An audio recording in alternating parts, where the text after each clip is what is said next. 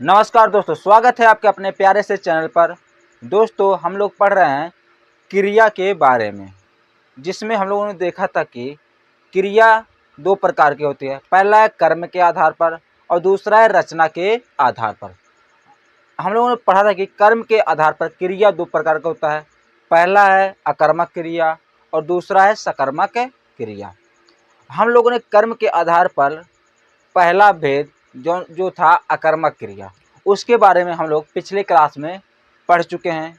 आज हम लोग देखेंगे सकर्मक क्रिया के बारे में। क्या होता है सकर्मक क्रिया? जैसे ही नाम से स्पष्ट है, सकर्मक यानी सकर्मक यानी कि जिसके साथ कर्म जुड़ा होता है, उससे हम लोग कहते हैं सकर्मक क्रिया। अब हम देखते हैं इसका डिफिनेशन सकर्मक क्रिया के बारे में। देखते हैं सकर्मक क्रिया। सकर्मक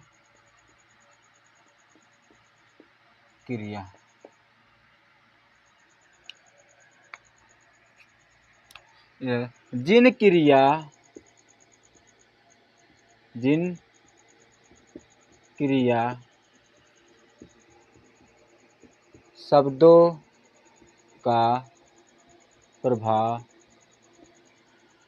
कर्ता को छोड़कर कर्म पर पड़ता है, उन्हें सकर्मक क्रिया कहते हैं। उन्हें सकर्मक क्रिया कहते हैं, यानी कि जिन क्रिया शब्दों का प्रभाव कर्ता पर नहीं पड़ता है। जैसे हम लोगों ने पढ़ा था कि अकर्मक क्रिया के बारे में। इसमें अकर्मक क्रिया में क्या था कि उसमें कर्ता होता है, क्रिया होता है।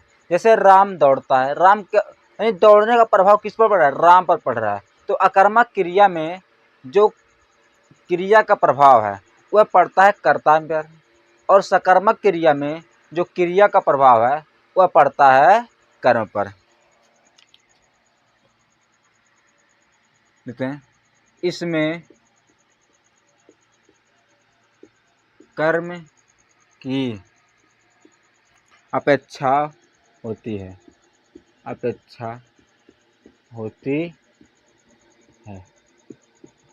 यानी कि इसमें कर्म होना जरूरी है। दूसरा है तो कर्म इसमें अगोचर भी हो सकते हैं, यानी कि गोचर और अगोचर दोनों ही होते हैं। तो इसमें कर्म गोचर तथा अगोचर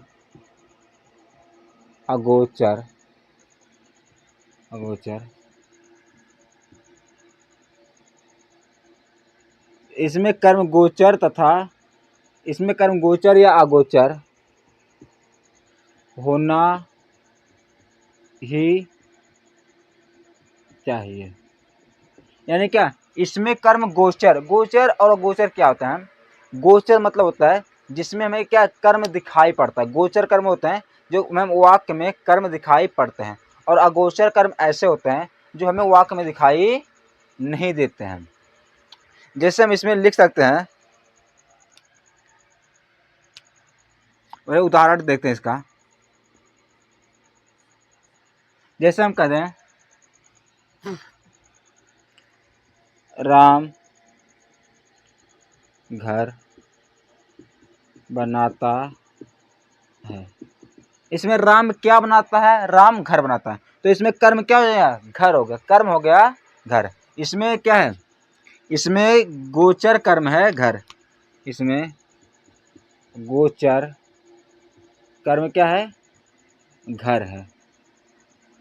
यानी क्या? घर। इसमें हमें कर्म क्या पड़ा? जहां पर कर्म दिखाई पड़ता है वह गोचर कर्म होता है। जैसे हम कहते हैं अध्यापक पढ़ाते हैं। अध्यापक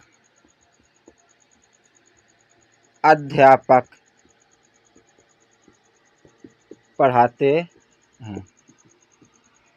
अध्यापक पढ़ाते हैं, हमें पता है कि अध्यापक क्या काम करता है, अध्यापक पढ़ाते हैं। अध्यापक इसमें क्या हमें कर्म नहीं मिल रहा, क्या इसमें कर्म नहीं मिल रहा, यानी कि अध्यापक हैं, एक कर्ता है, और पढ़ाना क्या है, पढ़ाना क्रिया है, यानी कि कर्ता और क्रिया। आप लोग इसका अनुमान लगा लेंगे क्या होगा, ये होगा अकर्मक क्रिया, लेकिन अकर्मक क्रिया यह नहीं है, क्योंकि हमें क्या पता है अध्यापक क्या करता है, अध्यापक कोई पाठ कोई लेसन पढ़ाते हैं। तो इसमें अगोचर कर्म होगा, अगोचर, अगोचर कर्म, क्या पाठ, क्या पाठ, यानी क्या अध्यापक पाठ पढ़ाते हैं। अध्यापक का कार्य क्या है, यानी कि ऐसा व्यक्ति जिसका कार्य क्या हो, फिक्स हो, क्या उसका कार्य फिक्स, वह कार्य क्या वही करता है, चाहे वो उसको हम लिखें या ना लिखें, यानी उसका क्या कर्म, उसका लिखें या ना लिखें तो वही कार्य करता है, हो गया। जैसे अध्यापक पढ़ाते हैं, तो अध्यापक क्या पढ़ा सकते हैं, अध्यापक पाठ पढ़ा सकते हैं, और क्या पढ़ाएंगे, शिक्षा दे सकते, शिक्षा क्या किसी पाठ का हिस्सा ही होगा। तो क्या जिसमें कर्म मिले, नहीं जिसमें कर्म क्या मिले, यानी कि कर्म दिखता हो, क्या हो कर्म दिखे, वहाँ होता है गोचर कर्म। और जहाँ कर्म ना दिखे वहाँ लेकिन कर्म होने की संभावना होती है, यानी कि कर्म 100% होगा, लेकिन क्या कर्म हमें दिखता नहीं है, वह होता है अगोचर कर्म। दिखता सकर्मक क्रिया के भेद, सकर्मक क्रिया के भेद। सकर्मक क्रिया के दो भेद होते हैं, क्या सकर्मक, सकर्मक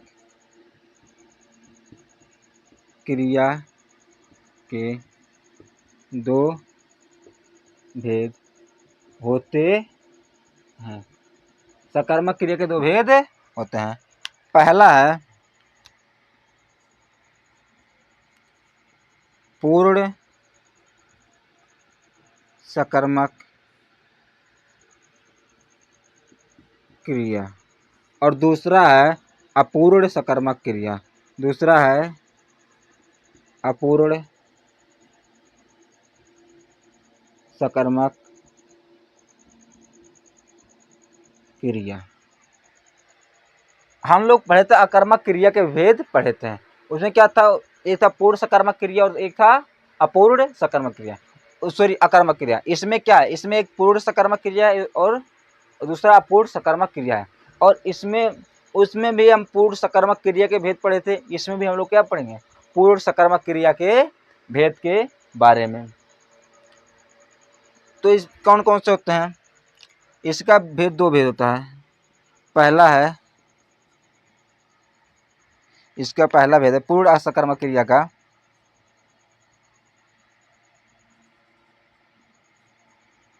एक कर्मक क्रिया, कौन सा, एक कर्मक क्रिया, और दूसरा है, दूसरा है द्विकर्मक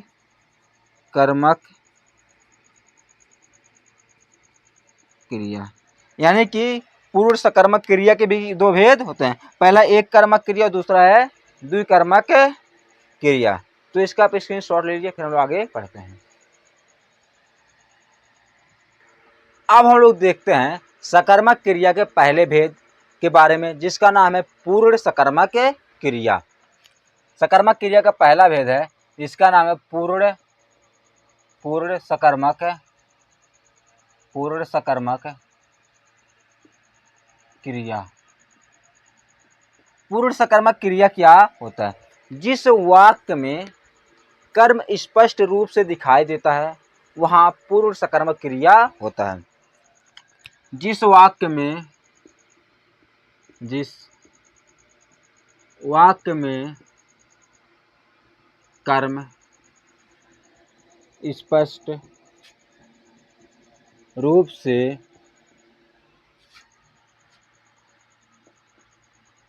दिखाई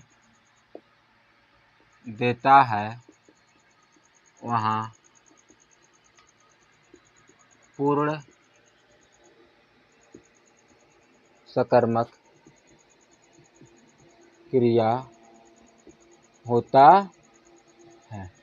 यानी जिस वाक्य में कर्म स्पष्ट रूप से दिखाई देता है वहां पर होता है पूर्ण सकर्मक क्रिया। जैसे हम लोग कह दें, उदाहरण इसका देखते हैं। उदाहरण, बच्चे संवाद लिखते हैं। कहते हैं बच्चे संवाद लिखते हैं। यहाँ पर देखते हैं बच्चे क्या लिखते हैं। बच्चे क्या लिखते हैं यानी कि हम अगर क्रिया के साथ हम क्या लगाकर प्रश्न पूछे, सिर्फ क्या रहेगा, तो अगर हमें प्रश्न का उत्तर मिल जाए तो वहाँ तो क्या सकर्मक क्रिया, अगर प्रश्न उत्तर ना मिले वहाँ तो अकर्मक क्रिया। यानी कि जब हमें कर्म मिलता है वहाँ तो सकर्मक है। बच्चे क्या लिखते हैं, संवाद लिखते हैं। क्या लिखते हैं, संवाद लिखते हैं। हमें क्या का उत्तर मिल रहा है, यानी कि संवाद क्या होगा, यह कर्म होगा। यहाँ पर हमें कर्म स्पष्ट रूप से दिखाई दे रहा है, यानी कि बच्चे संवाद लिखते हैं, हमें कर्म स्पष्ट रूप से दिखाई दे रहा है। तो जहाँ पर कर्म स्पष्ट रूप से दिखाई देता है वहाँ पर होता है पूर्ण सकर्मक क्रिया। और दूसरा होता है, जैसे हम कहते हैं हरि कार चलाता है। हरि क्या चलाता है, हरि कार चलाता है। यानी यहाँ भी हमें क्या कर्म स्पष्ट रूप से मिल रहा है। क्या कर्म क्या होगा, यहाँ पर कार होगा, हरि कार चलाता है। तो यहाँ पर हमें भी क्या कर्म स्पष्ट रूप से दिखाई दे रहे हैं। और जैसे हम कह दें राधा गीत गाती है। राधा क्या गाती है, राधा गीत गाती है। यानी कर्म क्या है, यहाँ पर गीत है, हमें कर्म स्पष्ट रूप से दिखाई दे रहे हैं। तो यहाँ पर क्या होगा, यहाँ पर होगा पूर्ण सकर्मक क्रिया। अब हम देखते हैं पूर्ण सकर्मक क्रिया के भेद। पूर्ण सकर्मक क्रिया के भेद। पूर्ण सकर्मक क्रिया के दो भेद होते हैं। पूर्ण सकर्मक क्रिया के दो भेद होते हैं। पहला है, लेते हैं पूर्ण सकर्मक क्रिया के दो भेद होते हैं। पहला है एक कर्मक क्रिया,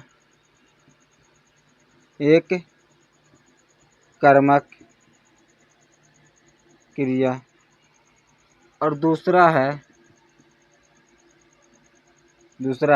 द्विकर्मक क्रिया। द्विकर्मक क्रिया यानी कि पूर्ण सकर्मक क्रिया कितने होते हैं, दो भेद होते हैं। पहला एक कर्मक क्रिया, दूसरा द्विकर्मक क्रिया। यानी कि जहाँ पर हमें जिस वाक्य में हमें एक कर्म मिले, जिस वाक्य में हमें एक कर्म मिलता है वहाँ पर होता है वहाँ पर होता है एक कर्मक क्रिया। और जहाँ पर हमें दो कर्म मिलता है वहाँ होता है द्विकर्मक क्रिया। तो इसका स्क्रीनशॉट लीजिए, फिर हम लोग अगले पेज में मतलब पढ़ते हैं इसके बारे में डिटेल्स में।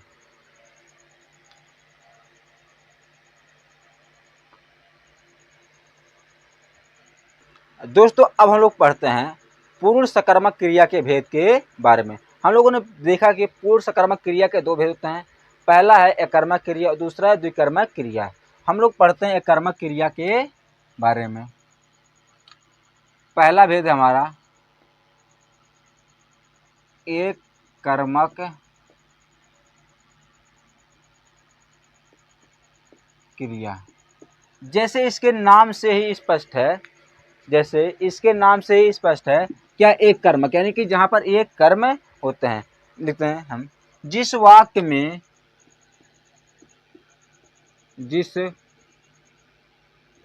में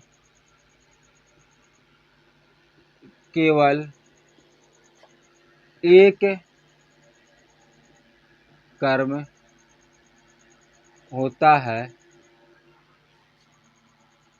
उसे एक कर्मक क्रिया कहते हैं। यानी कि जिस वाक्य में क्या होता है, जिस वाक्य में केवल एक कर्म होता है उसे हम लोग एक कर्मक क्रिया कहते हैं। जैसे हम लोग कहते हैं राधा गीत गाती है, राधा गीत गाती है। इसमें क्या है, इसमें गीत क्या है, इसमें गीत कर्म है और इसमें क्या है, एक कर्म है। यानी कि इसमें क्या है, गीत गाती है, गीत क्या है, कर्म है, और क्या है, एक कर्म है। जहां पर एक कर्म होता है क्या होता है, एक कर्म के होता है। जैसे हम लोग कहते हैं हरि पत्र लिखता है, हरि हरि पत्र लिखता है। हरि क्या लिखता है, हरि पत्र लिखता है। यहाँ पर क्या है, यहाँ पर एक ही कर्म है। जहाँ एक कर्म होता है वहाँ एक कर्मक क्रिया होता है। ये हो गया हमारा एकर्मक क्रिया के बारे में। अब लोग देखते हैं द्विकर्मक क्रिया के बारे में। द्विकर्मक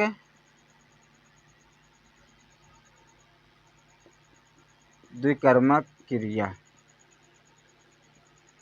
द्विकर्मक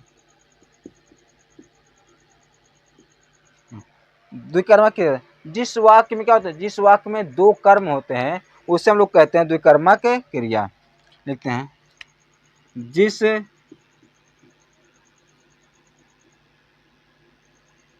वाक्य में दो कर्म रहता है वहाँ द्विकर्मक तो वहाँ द्विकर्मक क्रिया होता है। द्विकर्मक तो वहाँ द्विकर्मक क्रिया होता है। यानी कि जिस वाक्य में क्या, जिस वाक्य में दो कर्म होते हैं वहां पर होता है द्विकर्मक क्रिया। जैसे हम लोग कहते हैं उदाहरण, प्रवीण ने बच्चों को अखबार पढ़ाया, प्रवीण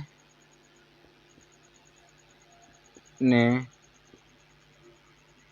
बच्चों को अखबार पढ़ाया, पर बच्चों को अखबार पढ़ाया। तो यहाँ पर बच्चों और अखबार दोनों क्या है, कर्म है। तो यहाँ पर क्या होगा, द्विकर्मक क्रिया होगा। और हम जैसे कहते हैं मृदुल ने हिंदी में पत्र लिखा। यहाँ पत्र और हिंदी क्या है, दोनों कर्म है। यहाँ क्या है, यहाँ पर बच्चों और अखबार दोनों कर्म था, यहाँ पर हिंदी और पत्र क्या है, दोनों कर्म है। तो यहाँ पर क्या होगा, यहाँ पर होगा द्विकर्मक क्रिया। तो हम लोग समझ चुके हैं, जहाँ जिस वाक्य में केवल एक कर्म होता है उसे हम लोग कहते हैं कर्मक क्रिया, जिस वाक्य में दो कर्म होता है उसे हम लोग कहते हैं द्विकर्मक क्रिया। तो उम्मीद करते हैं यहाँ तक समझ में आया होगा। इसका आप स्क्रीनशॉट लीजिए। फिर हम पढ़ते हैं सकर्मक क्रिया के दूसरे भेद जिसका नाम है अपूर्ण सकर्मक क्रिया के बारे में। दोस्तों अब हम लोग पढ़ते हैं सकर्मक क्रिया के दूसरे भेद जिसका नाम है अपूर्ण सकर्मक क्रिया। क्या होता है अपूर्ण सकर्मक क्रिया? दोस्तों जिन वाक्यों में कर्म तो होता है पर उनका अर्थ स्पष्ट नहीं होता है उन्हें हम लोग कहते हैं अपूर्ण सकर्मक क्रिया। इसके अर्थ को स्पष्ट करने के लिए हमें एक पूरक कर्म की आवश्यकता पड़ती है। तो आइए हम इसको देखते हैं डिटेल में। तो हमारा दूसरा है अपूर्ण सकर्मक, अपूर्ण सकर्मक क्रिया। अपूर्ण सकर्मक क्रिया लिखते हैं जिन वाक्यों में कर्म तो होता है पर उनका अर्थ स्पष्ट नहीं होता, उन्हें अपूर्ण सकर्मक क्रिया कहते हैं। उन्हें हम लोग कहते हैं अपूर्ण सकर्मक क्रिया।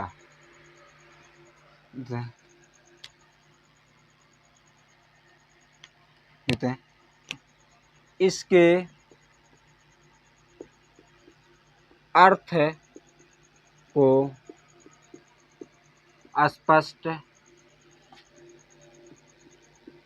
करने के लिए कर्म के साथ एक पूरक कर्म की आवश्यकता होती है।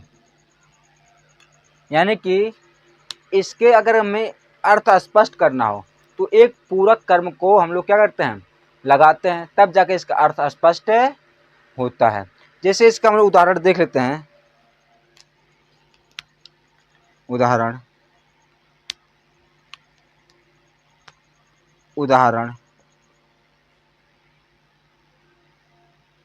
जनता अरविंद को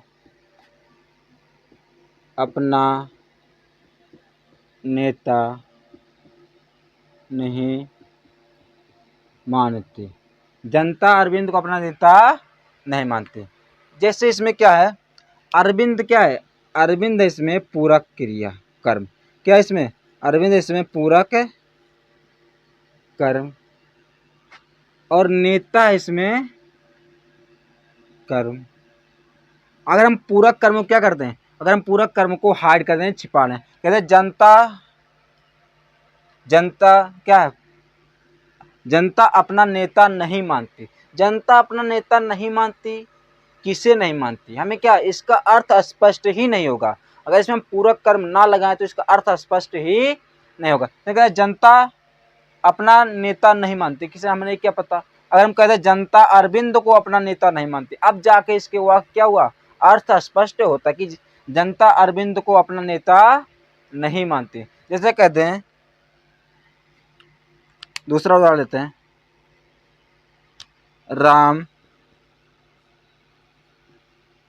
जैसे कहते हैं हम, राम श्याम को पागल समझता है। कहते हैं राम श्याम को पागल समझता है। यहाँ राम क्या है, राम यहाँ पर करता है। यहाँ श्याम क्या है, यहाँ श्याम है पूरक कर्म। श्याम क्या है, श्याम है पूरक कर्म। और पागल क्या है, पागल है कर्म।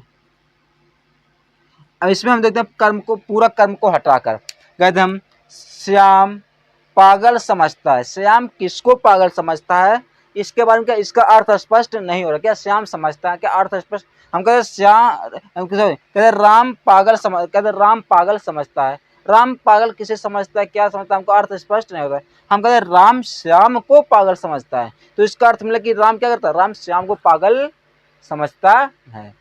तो ये था हमारा अपूर्ण सकर्मक क्रिया।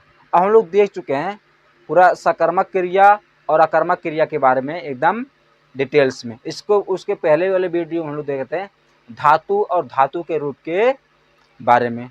नेक्स्ट वीडियो में हम लोग पढ़ेंगे